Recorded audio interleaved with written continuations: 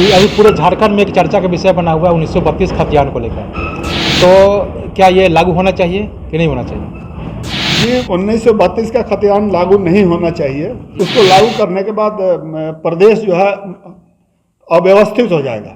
हम लोग जो एक साथ रहते हैं एक दूसरे के विरोधी हो जाते हैं। सरकार को चाहिए कि जिससे ज़्यादा से ज़्यादा लोगों को लाभ हो उस नीति, स्थानीय नीति और नियोजन नीति को लागू किया जाए। कि जो भी लोग झारखंड में रह रहे हैं, झारखंड से उनको प्रेम है और झारखंड को ही आज के समय में वो लोग अपना घर और प्रदेश मानते हैं। जो यहाँ के स्थानीय है उनको भी लाभ देने का सरकार काम करे, लेकिन जो इस प्रदेश में रह रहे हैं उनका भी ध्यान रखना चाहिए। ये बताइए कि अगर जनता आपको दोबारा से मौका देती है तो क्या कुछ सोचें इस पंचायत के डेवलपमेंट के लिए? जी, जनता के द्वारा दोबारा मौका देने के बाद शिक्षा पर विशेष ध्यान देना है, साफ सफाई पर विशेष ध्यान देना है, लोगों की समस्याओं को सुनकर उन समस्याओं को दूर करने का प्रयास करना है और प्रयास करना है कि यहाँ पे जो लोग बेरोजगार हैं या जो भी है उनका आर्थिक स्थिति को किस तरह मजबूत किया जाए, उसके लिए काम करने का प्रयास करेंगे। हालांकि सरकारी नौकरी तो मिलना बहुत ही मुश्किल है, लेकिन उसके बावजूद भी हम लोग चाहेंगे कि पंचायत स्तर से हम लोग उनको जिस तरह मदद कर सके उसको करने का प्रयास करेंगे। नमस्कार, मैं हूं संजीव कुमार और आप देख रहे हैं वेब समाचार। पूरे झारखंड में पंचायत चुनाव को लेकर सरगर्मी तेज हो चुकी है। जितने भी मुखिया हैं उनके द्वारा जितना भी डेवलपमेंट काम किया गया है, यानी विकास का काम किया गया है, उन उपलब्धियों को गिनाने में लगे हुए हैं। यानी जो 6 सालों में इनको जो जनता ने टाइम दिया, हालांकि कार्यकाल 5 साल का होता है, लेकिन कोरोना के वजह से 1-1.5 साल का समय मिला, तो इस 1-1.5 साल में इनके द्वारा क्या कुछ डेवलपमेंट का काम किया गया। बहरहाल ग्रामीण विकास मंत्री हैं आलमगीर आलम, उनसे हमारी मुलाकात हुई। उन्होंने कहा कि बजट सत्र जैसे ही समाप्त होगा इसके बाद आदर्श आचार संहिता लागू कर दिया जाएगा। हालांकि बजट सत्र तो ख़त्म हो चुका है, लेकिन उनका कहना है कि इस महीने के अंत तक कभी भी हम लोग आदर्श आचार संहिता लागू कर सकते हैं। चुनाव की पूरी तैयारी हो चुकी है। निर्वाचन आयोग भी प्रशिक्षण देने का काम लगभग पूर्ण कर चुके हैं। जिन लोगों को इस पंचायत चुनाव में शामिल किया जाएगा, चाहे वो कर्मचारी, पदाधिकारी या पीठासीन पदाधिकारी, इसमें जो चुनाव में शामिल होंगे उनको ट्रेनिंग देने का काम लगभग ख़त्म हो चुका है। तो बहरहाल आपको बता दें कि अभी हम आए हुए हैं रामगढ़ जिला और पंचायत का नाम है पतरातू, माफ़ कीजिएगा, प्रखंड का नाम है पतरातू और पंचायत का नाम है एके कोलियरी और यहाँ के मुखिया हैं कमला देवी। तो इनसे जानते हैं कि जनता ने इनको 5 साल प्लस कोरोना के वजह से 1-1.5 साल का मौका मिला है, इस दौरान इनके द्वारा क्या कुछ डेवलपमेंट काम किया गया है। हमारे साथ एक जो कमला देवी हैं उनके प्रतिनिधि हैं फुलेंदर कुमार सिंह। तो इनसे भी जानते हैं कि आप अपनी जो मुखिया माँ हैं तो इनको आप किस तरह से सहयोग करते हैं डेवलपमेंट विकास में। हालांकि महिला हैं, ये खुद आत्मनिर्भर हैं, लोगों के बीच जाते हैं, लोगों से मिलते हैं। हालांकि आप देख सकते हैं कि इनकी क्या स्थिति है, फिर भी ये जनता के बीच जा कर के खुद समस्याओं को सुनते हैं और रूबरू होते हैं। तो पहले तो आपको वेब समाचार में बहुत बहुत स्वागत है। जी बोलिए। नमस्कार जी हम एके कोयलारी पंचायत के मुखिया है। मेरा नाम कमला देवी है। जी। मेरा क्षेत्र को चौमुखी विकास मतलब हुआ जो है, केंद्र सरकार और राज्य सरकार हुआ की है, योजनाएं आए हैं उसको साफ आपने सफाई हुआ है। जी। अच्छा ये बताइए कि इनके जो पुत्र हैं फुलेंदर कुमार सिंह हैं, उनसे जानते हैं कि चूंकि आपकी माँ है, मुखिया हैं, तो इनको आप किस तरह से डेवलपमेंट में क्षेत्र में जाते हैं, लोगों से रूबरू होते हैं, तो किस तरह से विकास करने का काम करते हैं।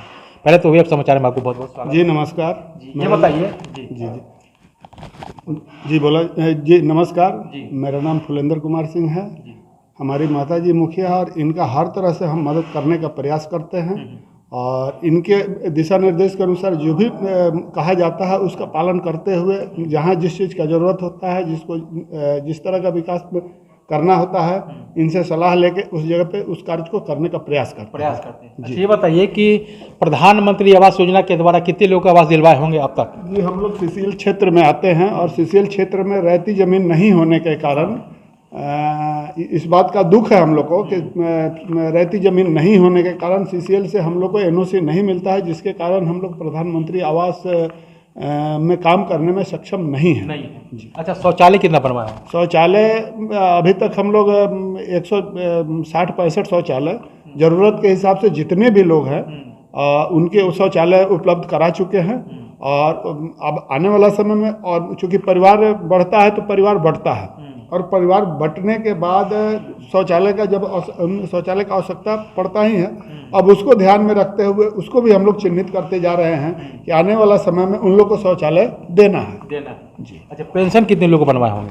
जी, ज़रूरत के हिसाब से पेंशन भी, विकलांग को भी हम लोग पेंशन का काम करवाए हैं, विधवा को भी करवाए हैं और वृद्धा को भी करवा रहे हैं।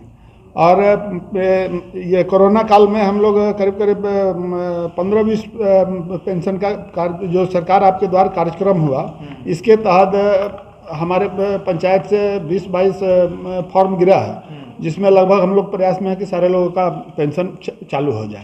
जी। अच्छा, देखिए, ये शताब्दी का एक बहुत बड़ा कोरोना महामारी एक बीमारी आया, तो इसको आपने किस तरह से देखने का काम किया, कैसे लोगों को मदद किया? जी, कोरोना के समय में जो स्थिति था उसमें तो अपने लोग अपने नहीं रह गए थे, ऐसा स्थिति बना हुआ था।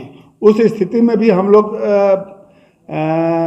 अपने स्तर से घर घर जाकर जिनके बच्चे बाहर रहते थे, बाहर से आए, उनको क्वारंटाइन के रूप में 14 दिन जो रखा जाता था, उस पीरियड में हम लोग घर घर जाके सुबह शाम जाके उनका हाल समाचार लेते थे, उनका क्या स्थिति है, किस तरह का स्वास्थ्य है, इस सब चीज़ का जानकारी लेते हुए उनको राज्य सरकार, केंद्र सरकार के द्वारा जो भी गाइडलाइन होता था उसके बारे में बताते थे और पालन करवाने का पूर्ण प्रयास किए, जिसके कारण हमारा क्षेत्र, खासकर मेरे पंचायत में कोरोना में पॉजिटिव का ना के बराबर केस हुआ।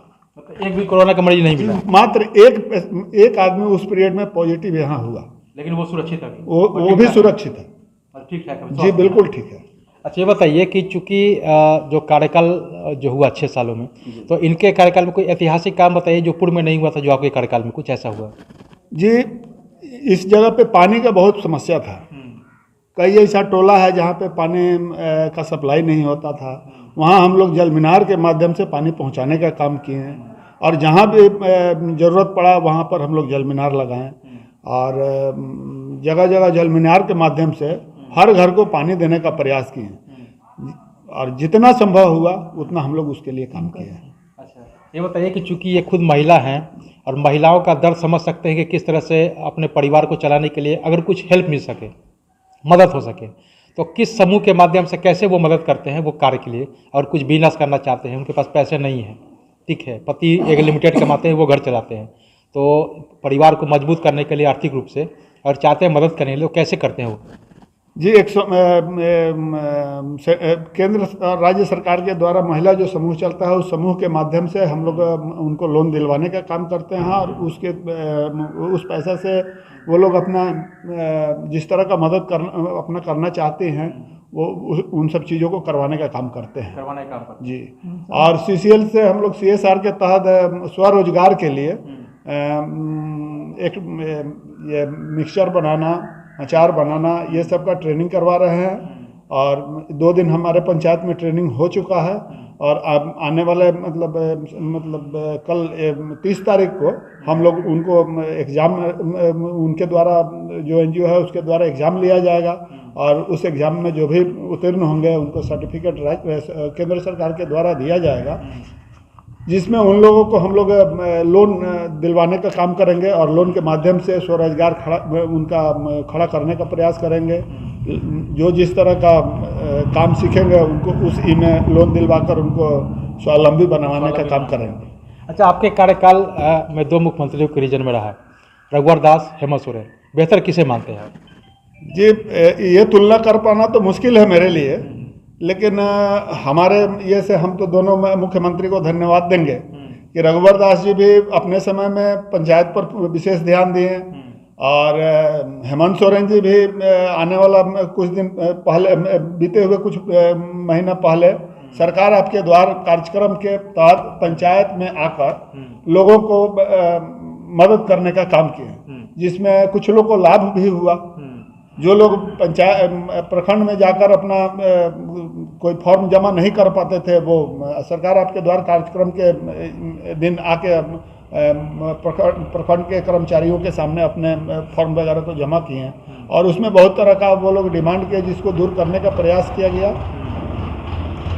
अच्छा, ये बताइए कि अभी पूरे झारखंड में एक चर्चा का विषय बना हुआ है 1932 खतियान को लेकर, तो क्या ये लागू होना चाहिए कि नहीं होना चाहिए?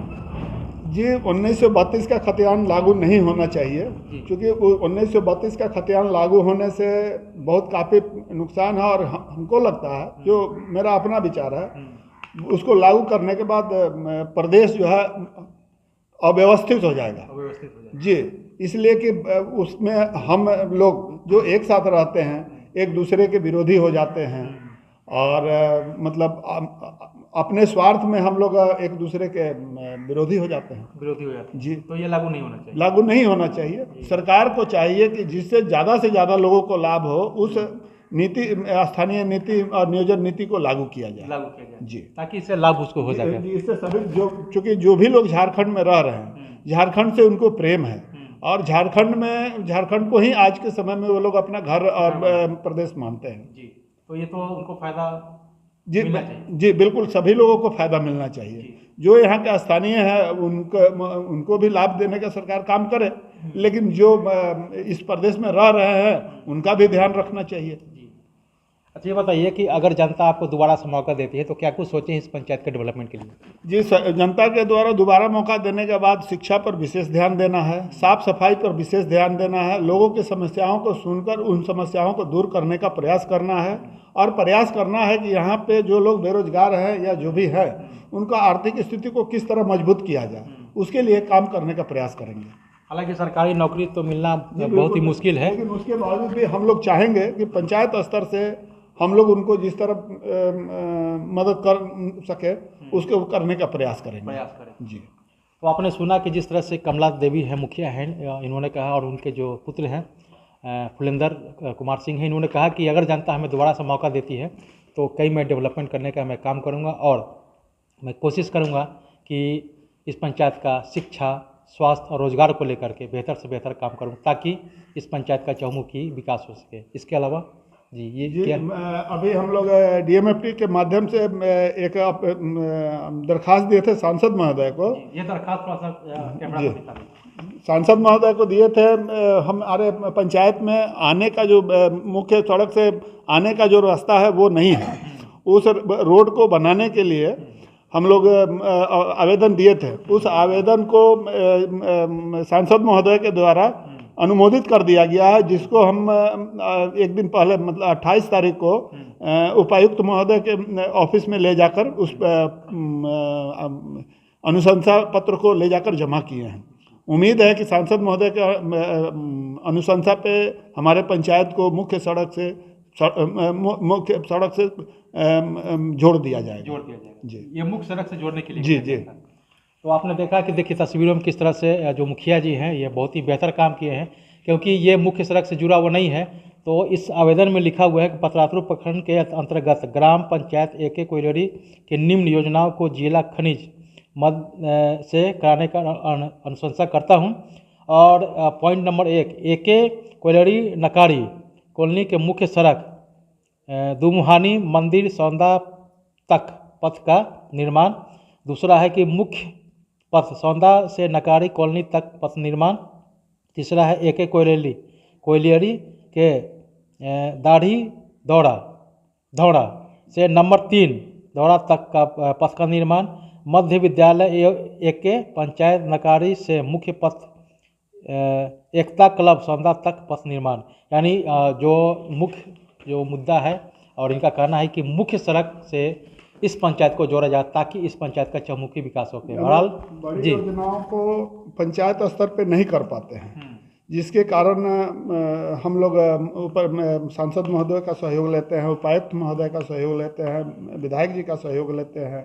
उस तरह से सहयोग लेकर सभी कार्यों को करवाने का प्रयास करते हैं। जी, तो आपने सुना कि आगे की भी रणनीति में है कि शिक्षा, स्वास्थ्य के अलावा अगर जनता इनको मौका देती है, तो तस्वीरों में देखा कि आपने किस तरह से इन्होंने जो सांसद है जयंत सिन्हा जी, उनको इन्होंने पत्र लिखा है कि कम से कम मुख्य रूप से इस पंचायत को मुख्य सड़क से जोड़ा जाए। इसके अलावा इस पंचायत को शिक्षा, स्वास्थ्य, रोजगार को लेकर के चहुमुखी विकास करने का काम करें। केंद्र सरकार और राज्य सरकार की योजनाओं के अलावा ये MP, MLA, MLC फंड से भी इस पंचायत को फंड ला करके इस पंचायत का डेवलपमेंट करने का काम करेंगे। बहरहाल चलते हैं दूसरे पंचायत में, वहाँ के मुखिया से जानते हैं कि उनके द्वारा क्या कुछ डेवलपमेंट काम किया गया है। तमाम मुद्दों पे उनसे भी बात करेंगे। आपने वेब समाचार में समय दिया, इसके लिए बहुत बहुत धन्यवाद। जी धन्यवाद। तो अगर आपने हमारे चैनल को सब्सक्राइब नहीं किया है तो सब्सक्राइब कर ले, बेल आइकन भी दबाएं ताकि हर छोटी बड़ी खबरों से रूबरू हो सके।